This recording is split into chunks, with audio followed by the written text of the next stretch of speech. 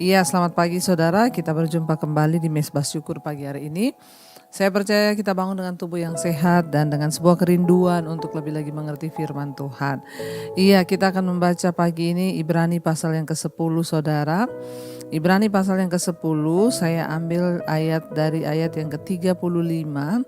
Kita akan baca saudara ya, Ibrani 10 ayat 35 sampai dengan ayat yang 39. Ibrani 10 ayat 35 firman Tuhan ayat 35 firman Tuhan berkata, sebab itu janganlah kamu melepaskan kepercayaanmu karena besar upah yang menantinya.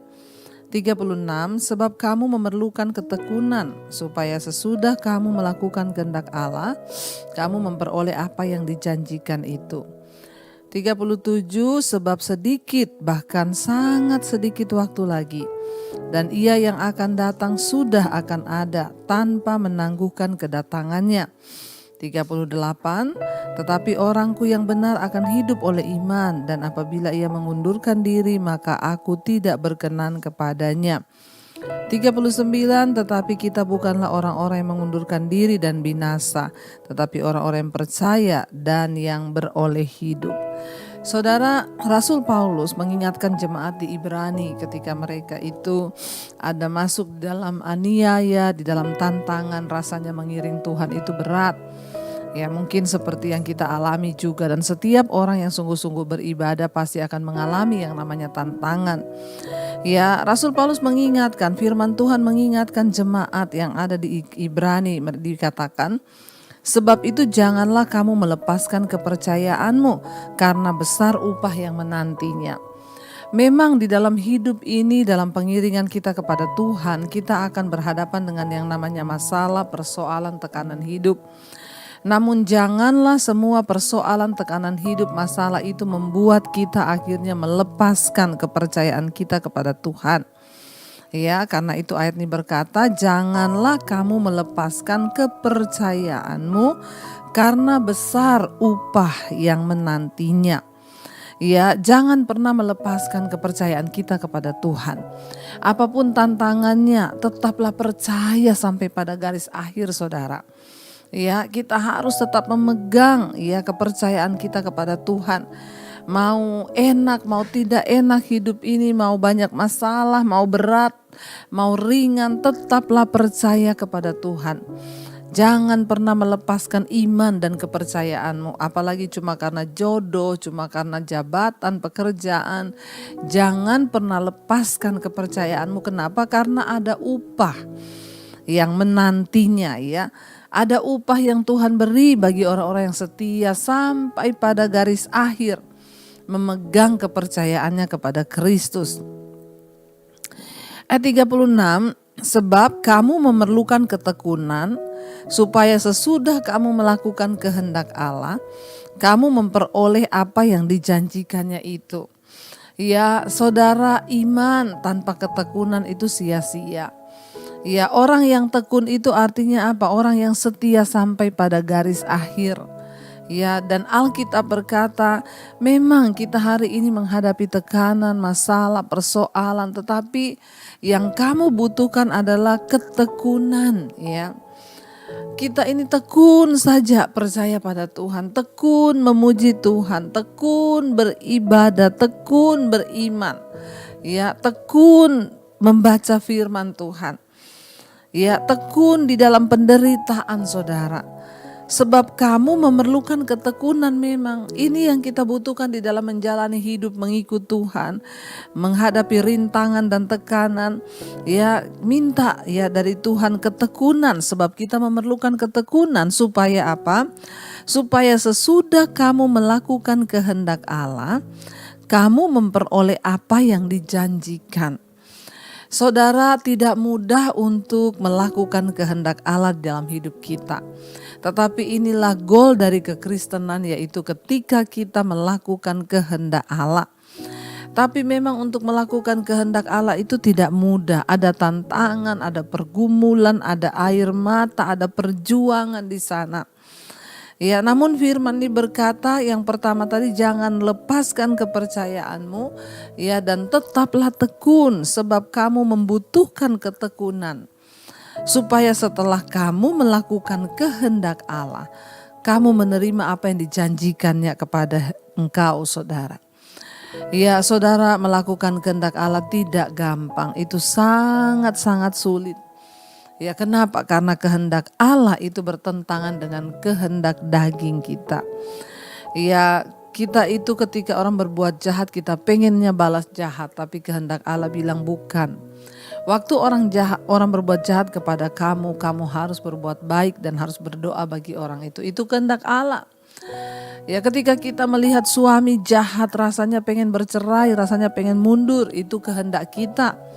Tapi melakukan kehendak Allah itu artinya Tuhan bilang apa? Hai istri, tanpa perkataan menangkanlah suamimu. Itu kehendak Allah. Ya, kita memerlukan ketekunan, saudara, untuk bisa melakukan semua kehendak Allah dalam hidup kita. Ya, kehendak diri ini ketika kita sudah mau, ya, rasanya menyerah, rasanya tidak kuat, ya. Kehendak diri berkata, sudah tidak usah percaya lagi sama Tuhan. Cari aja jalan pintas yang lebih mengenakkan, ya. Tetapi kehendak Tuhan bilang jangan. Tetap jalani hidupmu sekalipun berat, tetap jalani dengan mengucap syukur. Jangan lari mencari jalan keluar yang lain. Ya, jangan akhirnya menjual diri hanya karena demi mau mendapatkan uang. Ya, jangan melakukan hal-hal yang tidak berkenan, mencuri, ya, menghalalkan segala cara untuk mendapatkan apa yang kita mau. Mari kita belajar melakukan kehendak Allah, karena itu goal dari setiap iman Kristen kita. Waktu orang itu melakukan kehendak Allah, itulah tujuan dari beriman kepada Tuhan. Nah, setelah kita melakukan kehendak Allah dalam hidup ini, Alkitab bilang kamu memperoleh apa yang dijanjikan. Ya, orang hanya bisa melihat janji Tuhan tergenapi dalam hidupnya hanya ketika dia melakukan kehendak Allah. Jangan mimpi kita bisa melihat janji-janji Tuhan, hidup yang diberkati, hidup yang disertai, ya, dalam perkenanan Tuhan, kalau kita tidak sungguh-sungguh berusaha melakukan kehendak Allah dulu. Karena setelah kamu melakukan kehendak Allah, barulah kamu memperoleh apa yang dijanjikan Tuhan dalam hidupmu. Ya, karena ini satu paket, ketaatan mendatangkan berkat. Ya, jangan dibalik-balik, saudara. Tidak ada ketaatan, ya tidak ada berkat, saudara. Ya, jadi ingat, ya, kita melakukan kehendak Allah, barulah kita memperoleh apa yang dijanjikan Allah. Ayat 37, sebab sedikit, bahkan sangat sedikit waktu lagi, ya, dan ia huruf besar Tuhan yang akan datang sudah akan ada tanpa menangguhkan kedatangannya. Ya, saudara, memang untuk sementara waktu, ya, kita umat Tuhan memerlukan ketekunan dan penuh kesabaran, ya, untuk tetap setia dan berpegang teguh kepada Kristus dan iman percaya kita, ya, di dalam Dia. Ya, memang tidak mudah, saudara, ya, tetapi Yesus sudah menjanjikan bahwa para pengikutnya, ya, akan menerima janji-janjinya, ya, walaupun memang kita harus menderita aniaya. Ya, akan tetapi di tengah-tengah penganiayaan hebat itu, ya, Tuhan berjanji ada pengharapan. Ya, karena kita mengetahui bahwa keselamatan adalah milik setiap kita. Bahkan zaman dulu imam-imam, saudara, nabi-nabi yang mati, ya, kita tahu rasul-rasul yang mati dibunuh karena nama Yesus pun, ya, mereka berbahagia. Kenapa? Karena mereka memiliki pengharapan hidup di dalam kekekalan.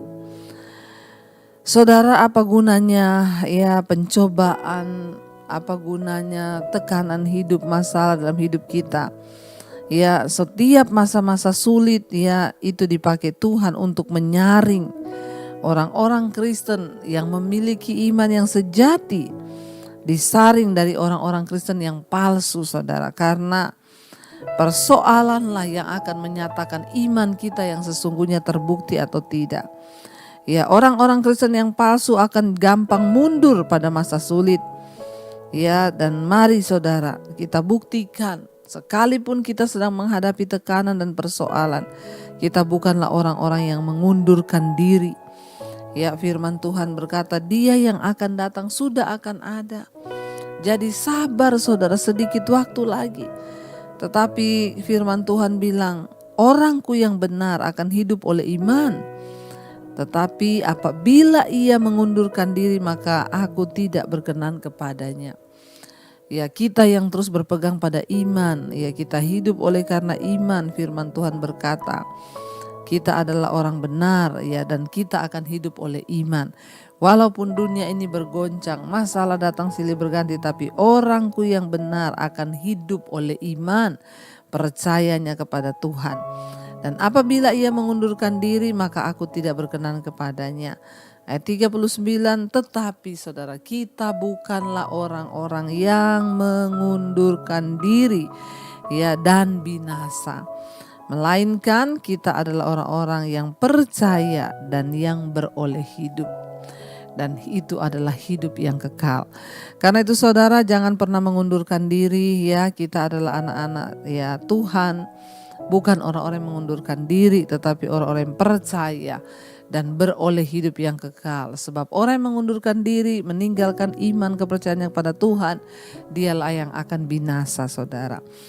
Karena itu saudara, ya mari, ya, selama kita ini diberi kesempatan, ya, diberi waktu untuk kita diuji di dunia ini, mari kita sungguh-sungguh pakai kesempatan di hidup kita untuk kita boleh terus melangkah di dalam Tuhan. Jangan pernah lepaskan kepercayaanmu kepada Tuhan. Jangan biarkan iblis mencuri semua yang terbaik yang sudah Tuhan berikan. Kita mau terus percaya, kita akan bertahan. Tuhanlah yang akan memberikan kita kekuatan. Di saat badai bergelora Tuhan, kami mau tetap bertahan di dalam Engkau. Biar kita mau katakan ini di hadapan Tuhan, saudara. Di saat badai bergelora, Tuhan yang memberikan kita kekuatan untuk terus bertahan.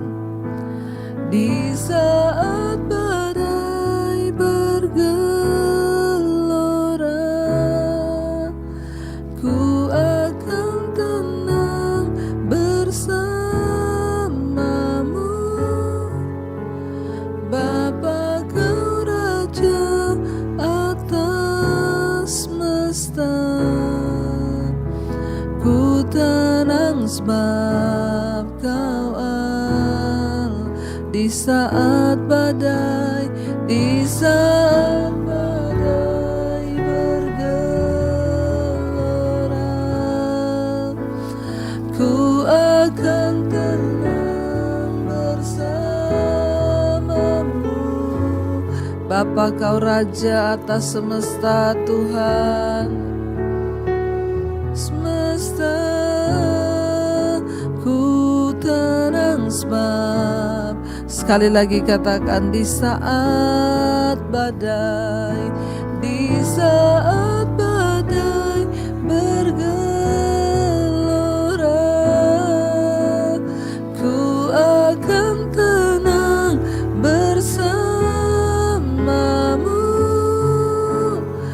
Bapa, Kau Raja atas semesta. Ku tenang sebab Kau Allahku. Terima kasih, kami tenang bersama-Mu Tuhan. Takkan pernah kami lepaskan kepercayaan kami kepadamu Bapa. Kami tidak akan pernah mengundurkan diri seberat apapun tantangan yang harus kami hadapi. Apapun masalah yang sedang kami jalani hari-hari ini, kami bukanlah orang-orang yang mengundurkan diri. Orang yang mau bertahan sebab sedikit, bahkan sangat sedikit waktu lagi, Tuhan yang akan datang, akan segera datang. Jangan biarkan kami mundur di hari-hari yang terakhir ini Bapa. Kuatkan kami terus bertahan di dalam Engkau. Hamba berdoa untuk setiap anak-anak-Mu, umat-Mu, mereka yang sedang menghadapi persoalan, tantangan, pergumulan hidup. Berikan kekuatan untuk bertahan, agar kami melihat janji-janji Tuhan digenapi setelah kami melakukan kehendak Allah. Kami mau belajar melakukan kehendak-Mu Bapa dalam hidup kami, rumah tangga kami. Kami mau Tuhan untuk terus berjalan di dalam kebenaran-Mu. Berkati setiap mereka pagi ini yang sakit Tuhan Engkau jamah dan lawat, berikan kesembuhan. Yang berulang tahun Engkau terus berikan anugerahi dengan umur yang panjang, di tangan kanan kekayaan hormat di tangan kiri. Kami percaya Tuhan menyertai. Tuhan juga memberkati setiap mereka yang bekerja di rumah, di luar kota. Penyertaan Tuhan sempurna. Yang sekolah kuliah Tuhan sertai. Kami percaya perlindungan kami di tangan Tuhan. Engkau yang menjagai hidup kami Bapa. Terima kasih Tuhan, terima kasih Yesus untuk setiap anugerah yang terbaik yang sudah Tuhan lakukan di hidup kami. Kami mengucap syukur Tuhan buat pagi hari ini. Kami mau melanjutkan setiap tugas kami untuk kami boleh melihat penyertaan Tuhan di hidup kami. Mari kita berdoa. Bapa kami, Bapa kami yang ada di dalam sorga, dikuduskanlah namamu, datanglah kerajaanmu. Jadilah kehendak-Mu di bumi seperti di sorga. Berikanlah kami pada hari ini makanan kami yang secukupnya. Dan ampuni kami akan kesalahan kami, seperti kami juga mengampuni orang yang bersalah pada kami. Janganlah membawa kami dalam pencobaan, tapi lepaskan kami daripada yang jahat. Karena Engkau yang punya kerajaan dan kuasa dan kemuliaan sampai selama-lamanya. Mari buka hati dan tangan-Mu, terimalah kiranya berkat dari Allah Bapa, cinta kasih Tuhan Yesus Kristus, penyertaan Allah Roh Kudus menyertai hidupmu mulai hari ini bahkan sampai kali yang kedua Tuhan Yesus datang menjemput kita. Namamu tercatat dalam kitab kehidupan. Dalam nama Tuhan Yesus yang percaya diberkati, katakan bersama, amin, amin, amin. Tuhan Yesus memberkati. Shalom dan selamat pagi.